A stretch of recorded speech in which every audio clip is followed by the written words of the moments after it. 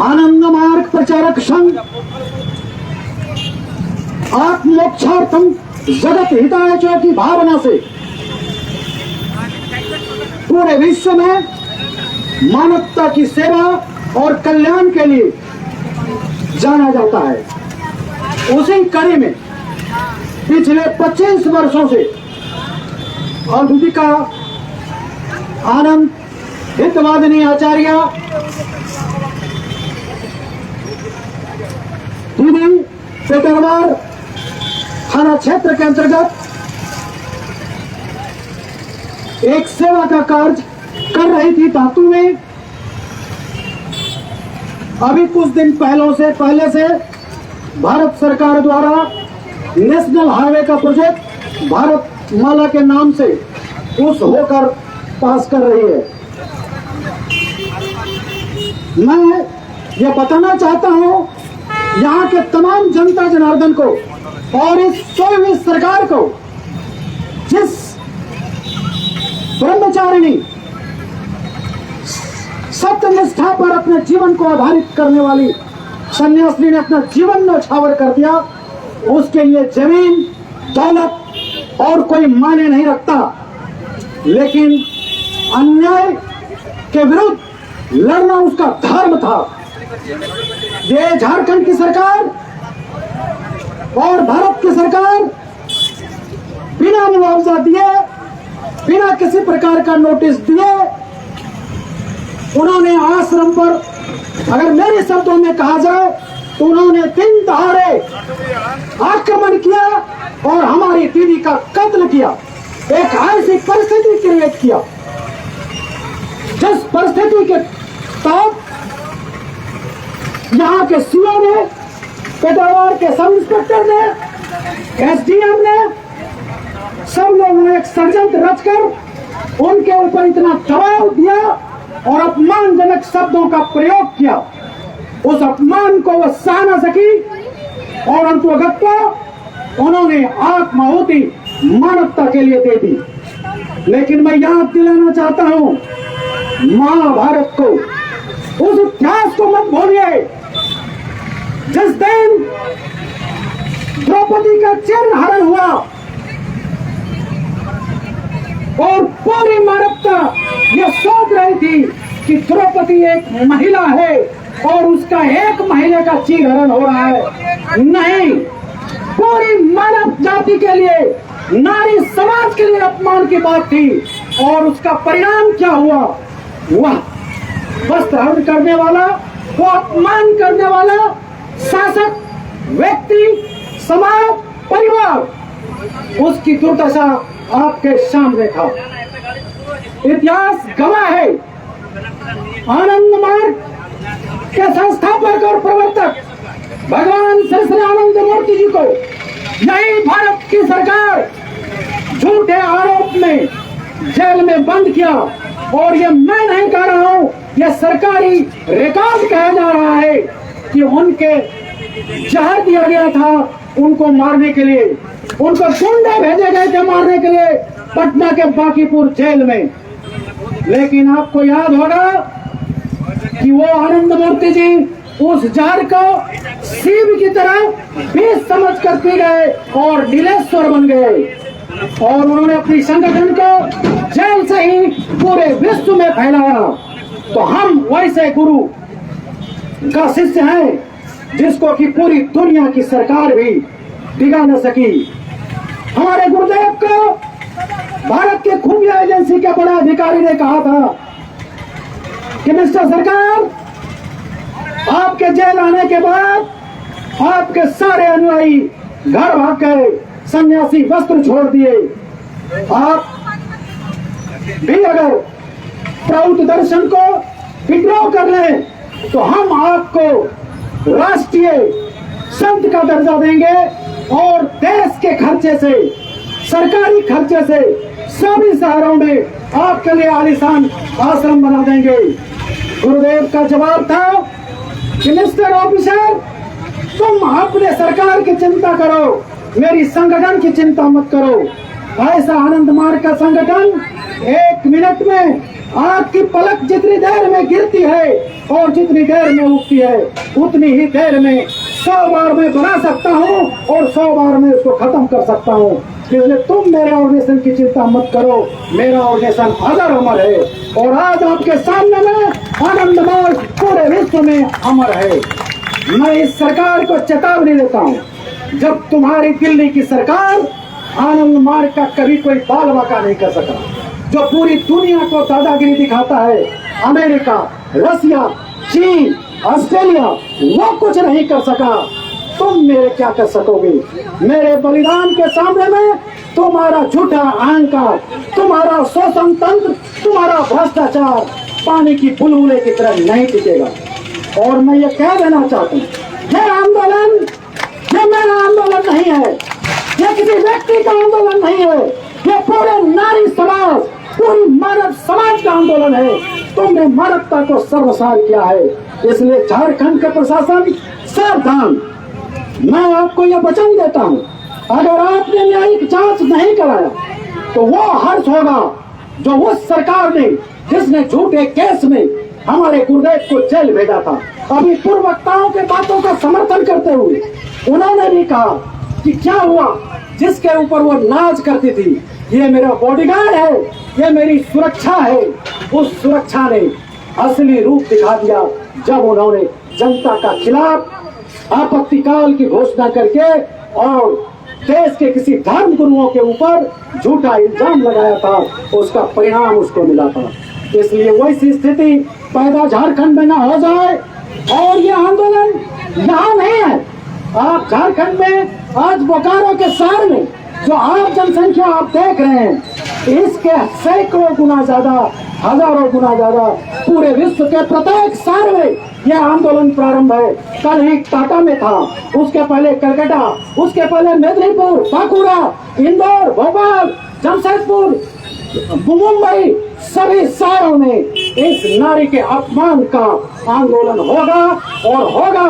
और जब तक इसका न्यायिक जांच होकर उन्हें न्याय नहीं दिया जाएगा, ये आंदोलन बंद नहीं होगा। ये आग का गोला आपको यह एक ऐसे गोले में परिवर्तित होगा, आपको संभालना मुश्किल होगा। उन भ्रष्टाचारियों को, उन शोषणकारियों को मैं आगाह करना चाहता हूं कि सबसे ये नारी एक ऐसी शक्ति है, ये तो भगवान शिव को भी अगर चैलेंज कर दिया तो भगवान शिव को भी उसका चैलेंज स्वीकार करना पड़ा। ये जो त्यागीवर्ती हमारी सन्यासी बहनें हमारे बगल में बैठी हैं, ये जो रैली में चल रही थी, ये अपने जीवन के सारे सुख का त्याग कर।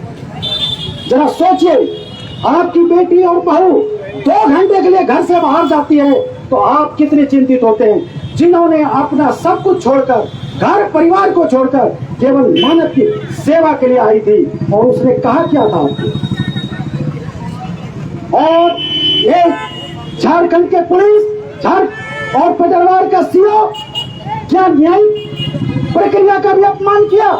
जब हमारी बहन ने कहा कि यह मामला मुआवजा का झारखंड उच्च न्यायालय में विचाराधीन है, मुझे कुछ समय दिया जाए और मैं इस जगह को खाली कर दूंगी और मुझे मुआवजा मिल जाएगा, तब मैं इसको खाली करूंगी। और उन्होंने कहा कि थोड़ा वक्त मुझे दो ताकि मैं अपने हेडक्वार्टर में, मुख्यालय में, मैं अपने उच्चतर अधिकारी से संपर्क करके मैं आपसे बात करूंगा। लेकिन वो जोर जबरदस्ती अपमानजनक शब्दों में हमारी दीदी को धक्का देकर कहा कि आप हट जाइए और दीवार तोड़ने का कोशिश किया। जानते हैं हमारी दीदी किसकी सेवा कर रहे थे? इसी बोकारो जिला के उस ब्लॉक के वो लोग जो आर्थिक रूप से सक्षम नहीं थे अपने बच्चे को शिक्षा देने के लिए, आर्थिक रूप से अपने परिवार को इलाज कराने के लिए सक्षम नहीं थे, उसके लिए फ्री में दवाई और ट्रीटमेंट की व्यवस्था करते थे। वैसे बच्चे जिसके माता पिता नहीं थे, अनाथ चलाकर उसका परवरिश कर रही थी, वैसे देवी स्वरूपा, माता स्वरूपा बहन को उन्होंने आग में जलाया है। इसलिए इस प्रशासन को मैं चैलेंज करता हूं कि मैं एक एक उस व्यक्ति को जला दूंगा जो इसमें शामिल है। लेकिन मैं न्याय का सम्मान करता हूं, मैं न्याय का सम्मान करता हूं और मुझे न्याय प्रक्रिया पर विश्वास है एक न्यायिक जांच कमेटी बने, सुप्रीम कोर्ट के जज इसका न्याय करे और निष्पक्ष जांच करके उन दोषियों को सजा दे। और ये जो मेरा सेवामूलक कार्य है और दीदी हितवादी दीदी का जो जीवन का लक्ष्य था, उनका जो सपना था, वह कार्यक्रम और वो प्रोजेक्ट बंद नहीं हो सके। सरकार मुझे भूमि मुहैया कराए और उस भूमि पर उसी सेवा कार्य को हमारे पीछे जो उसकी बहनें झंडा लेकर के है, हमें तो वो ट्रेनिंग दी गई है। अगर हम लाइन में खड़े हैं, अगले मेरी भाई बहन को अगर गोली लग जाए तो हमारा दूसरा भाई बहन गोली खा करके भी झंडा को नीचे नहीं गिरने देगा। इसलिए ये सेवा का कार्य आगे बढ़ता रहेगा और ये कार्रवाई चलता रहेगा। झारखंड सरकार होशियार, आप समझ लेना कि ये छोटा सा जन आंदोलन नहीं है कि हम 200-400 सन्यासी आपके सामने खड़े हैं। लगभग 60 लाख हमारे जैसा डेडिकेटेड सन्यासी और सन्यासी पूरे विश्व में आनंद मार्ग की सेवा कर रहा है। और एक एक सन्यासी अगर 1-1 रुपया इकट्ठा करेगा एक दिन में भिक्षाटन करके, तो 60 लाख रुपया आर्थिक सहायता प्रतिदिन हितवादी दीदी को मिलेगा। और हम प्रशासन से लड़ेंगे, उसको जहां तक लड़ना होगा, सुप्रीम कोर्ट, हाई कोर्ट, हमको अगर विश्व कोर्ट में भी जाना होगा, हम लड़ेंगे और उस महापापी को सजा दिला करके ही रहेंगे। हितवादी दीदी के पक्ष में उनको न्याय जब तक नहीं मिलेगा, हम चैन से नहीं सोएंगे। हाँ, एक बात जरूर मैं कहना चाहता हूँ, मेरा नारा है, विश्व के नैतिकवादियों एक हो, एक हो। जो अपने आप को नैतिकवान समझते हैं, जो अपने आप को धार्मिक समझते हैं, जो अपने आप को सनातनी समझते हैं और जो मानवता के प्रति उसके दिल में संवेदना है, तो इस आंदोलन में तन मन और धन से जुड़ जाए। हर मीडिया में, हर व्हाट्सएप में, हर मोबाइल से इस झारखंड प्रशासन का जो कच्चा चिट्ठा है उसको आप फैला दें कि किस तरह से एक धार्मिक सन्यासी को आप आहुति देने के लिए प्रशासन ने विवश किया है। इसके पीछे जो जो षड्यंत्रकारी है, वह चाहे ठेकेदार हो सकता है, गवर्नमेंट ऑफिसर हो सकता है, सिविलियन हो सकता है और कोई भी हो सकता है जिसका पूर्ववक्ताओं ने नाम किया है, उसकी तो खैर नहीं। आज नहीं तो कल बकरा हलाल होगा। कहाँ भागोगे, समय आ गया है। नारी शक्ति जग चुकी है, यह अवधेव की शक्ति जग चुकी है। आनंद मूर्ति जी का आशीर्वाद हमारे साथ है। जब पूरी दुनिया की सरकार आनंद मार्ग को खत्म करना चाहा और अंत में झांक मार करके यही भारत की सर्वोच्च न्यायालय ने आनंद मार्ग को धार्मिक संस्था का दर्जा दिल्ली से दिया है। और हम आज एक भारत के नागरिक के रूप में अपने गुरु के द्वारा दिए गए संविधान के साथ हम आपके साथ खड़े हैं। और ये मेरा सेवा कार्य कभी नहीं रुकेगा। लेकिन आप सभी नैतिकवादियों एक हो के साथ नारा लगाकर हम एक बार फिर अपनी बहन, अपनी माता अधूरिका आनंद हितवादी दीदी को श्रद्धासुमन देता हूँ। और उपस्थित सभी लोगों को, खास करके मीडिया के लोगों से मैं ये कैसे कहना चाहता हूँ, वो समाज के आंख होते हैं और हम कोर्ट देश का चौथा स्तंभ है और वो निष्पक्ष और उचित स्थान इस न्यूज को बनाए ताकि प्रशासन में भ्रष्ट लोगों का आंख खुले और सामाजिक न्याय लोगों को मिल सके। आज मेरी बहन के साथ हुआ है, कल आपकी बहन के साथ होगा। इसलिए इसको यहीं पर रोका जाए, मेरी बहन का बलिदान खाली नहीं जाए। इन्हीं शब्दों के साथ आप सबका हार्दिक अभिनंदन और स्वागत करते हैं। नमस्कार। दादा को बहुत बहुत धन्यवाद। एक विशेष घोषणा, যারা আজকে এই প্রোগ্রামে সমবেত হয়েছেন সবার জন্যই দুপুরের আহারের ব্যবস্থা রয়েছে। আপনারা প্রোগ্রাম শেষ না হওয়া পর্যন্ত কেউ যাবেন না। एक विशेष सूचना है, जो सभी मार्गी भाई बहने, एलएफटी भाई बहने एवं समस्त दादा दीदी, आप लोग सभी दोपहर का भोजन करेंगे और हमारा कार्यक्रम अभी चल रहा है। जब तक समाप्त ना हो आप लोग कहीं न जाएं।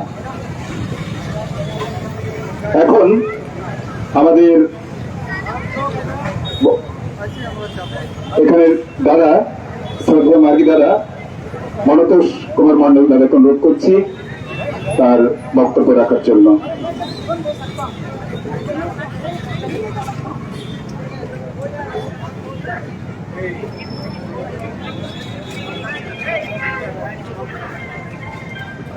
हमारे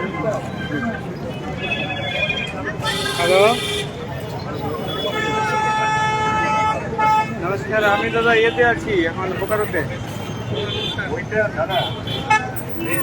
র্যালি শেষ হয়নি, মানে বক্তব্য চলছে এখন। র্যালি শেষ হয়ে গেছে, বক্তব্য চলছে।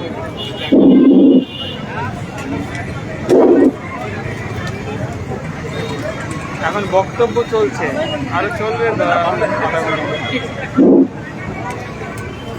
উপস্থিত সকলকে আমার নমস্কার। আর আমাদের আত্মত্যাগী হিতবাদিনী দিদিকে আমার সশ্রদ্ধ প্রণাম।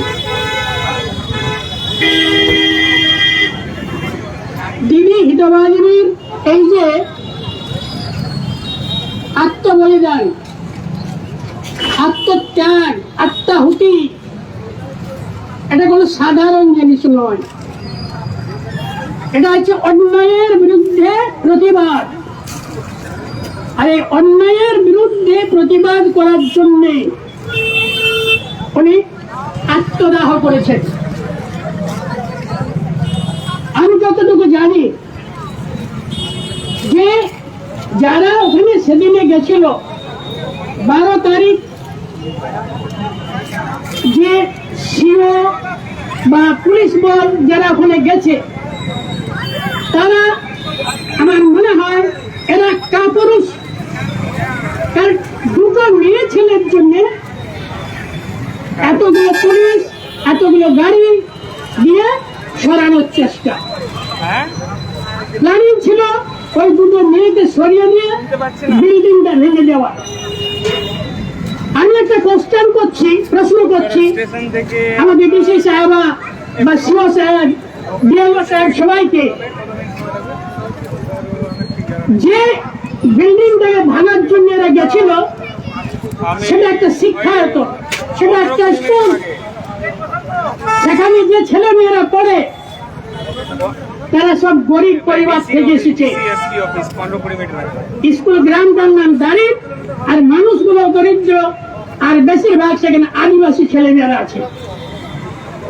আমাদের ঝাড়খণ্ড সরকার কি চায় যে এই স্কুলগুলো বন্ধ হোক, যেখানে অল্প বয়ে অল্প খরচায় তারা ভালো শিক্ষা পায়? সেই স্কুলটাকে ধ্বংস করার জন্য আমাদের ঝাড়খণ্ড সরকার লেগে পড়েছে, আমাদের প্রশাসনিক ব্যবস্থা লেগে পড়েছে। সুতরাং এই যে আত্মবলিদান, এই যে আত্মাহুতি, সেটা একটা সাধারণ ব্যাপার নয়। যাই হোক, একদিন না একদিন এর ন্যায় হবে, বিচার হবে, এবং যতদিন বিচার না হয় আমরাও ছাড়ছি না, আমরাও পেছনে লেগে আছি।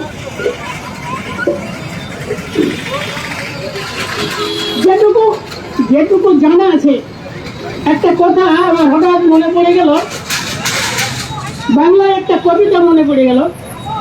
চির সুখী জন ভ্রমে কি এখন ব্যথিত বেদন বুঝিতে পারে। চির সুখী জন ভ্রমে কি কখন ব্যথিত বেদন বুঝিতে পারে। কভু আসিবি সে দংশে নিজরে, কভু আসিবি বিজাতনা বিষে, কভু আসিবি সে দংশে নিজরে। এই যে ব্যাপারটা, এরা টাকার পিছনে শুয়ে শুয়ে টাকার স্বপ্ন দেখে, এদের সবসময় টাকার চিন্তা। এই যে অর্থলোভী মানুষগুলো, এরা কিচ্ছু চেনে না। টাকার জন্য এরা সবকিছু করতে পারে। ওই যে সামান্য দুজন মেয়ে, দুজন সন্ন্যাসী, মানে গৃহত্যাগী, তাদের দিনে তারা যে অপব্যবহারটা করেছে, যে অপমানজনক ব্যবহার করেছে, সেটা অবশ্যই বলার মতো নয়। একটা মানুষ